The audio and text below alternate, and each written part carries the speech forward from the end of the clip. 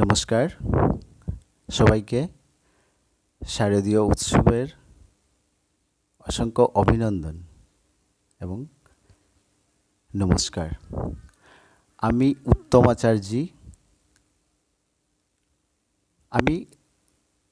এটাই আমার একটা ইউটিউব চ্যানেল, যেটার মধ্যে আমি প্রত্যেক দিন কোনো জ্যোতিষ সম্বন্ধীয় বিষয় নিয়ে আলোচনা করব। যতটুকু আমি আমার সৎজ্ঞানে অর্জন করেছি সেটাই আপনাদের সামনে তুলে ধরার চেষ্টা করব। আর আপনারা আমার সাথে থাকবেন, আমাকে দেখবেন, আমি যা আলোচনা করব শুনবেন। হয়তো ত্রুটি হতে পারে, ত্রুটি হলে মার্জনা করবেন। হয়তো আপনাদের কাছ থেকেও আমি অনেক কিছু শেখার থাকব। তো প্রত্যেক দিন আমি কিছু না কিছু জ্যোতিষীয় সম্বন্ধীয় কিছু ব্যাপার নিয়ে আলোচনা রাখার চেষ্টাও করব। তো শুরু করছি আজ থেকে। আজ শুক্লপক্ষ রবিবার, চতুর্থী তিথি, বিশাখা নক্ষত্র, যেটা দেবীপক্ষের মাস হিসাবে চলছে, আশ্বিন মাস, আমাদের সবার প্রিয় দুর্গা উৎসব। তো আমি আলোচনা করব প্রত্যেকের রাশি সম্বন্ধ নিয়ে, কারণ আমরা প্রত্যেকে কোনো না কোনো রাশি নিয়ে জন্মগ্রহণ করি। আর সেই রাশিতে থাকে মাস, পক্ষ, তিথি, নক্ষত্র, গণ, এগুলি নিয়ে আমরা জন্মগ্রহণ করি। তো আমি বিশেষ এত কিছু আলোচনা না করে অল্প কিছু আলোচনা করব।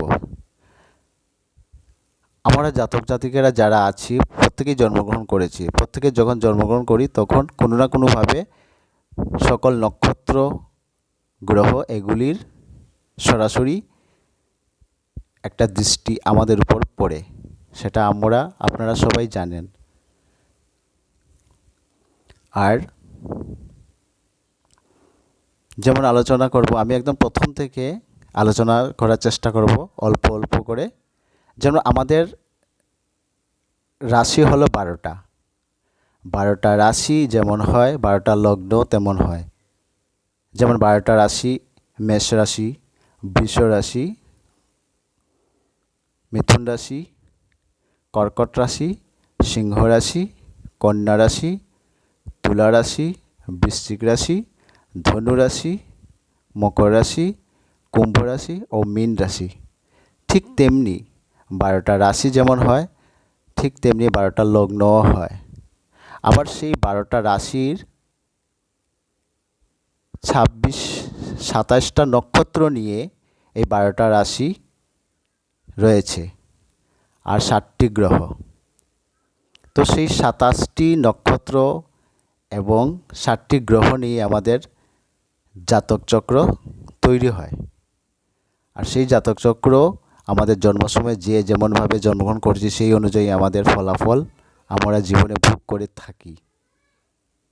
আর সেই ভোগ ফলটাই আমরা ভুগতে থাকি বা আমরা পাই। আমাদের চরিত্র, কথাবার্তা, চালচরণ, শারীরিক সুস্থতা অসুস্থতা, এগুলি নির্ভর করে আমাদের সেই জাতক চক্র থেকে।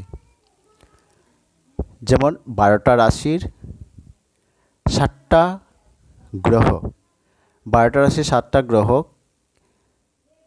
প্রত্যেক গ্রহ এক একটা ঘর নিয়ে উপস্থিত। যেমন মেষ রাশি এবং বৃশ্চিক রাশির অধিপতি গ্রহ হলেন মঙ্গল। বৃষ রাশি এবং তুলা রাশির অধিপতি গ্রহ হলেন শুক্র। মিথুন রাশি এবং কন্যা রাশির অধিপতি হলেন বুধ। কর্কট রাশির অধিপতি চন্দ্র। সিংহ রাশির অধিপতি রবি।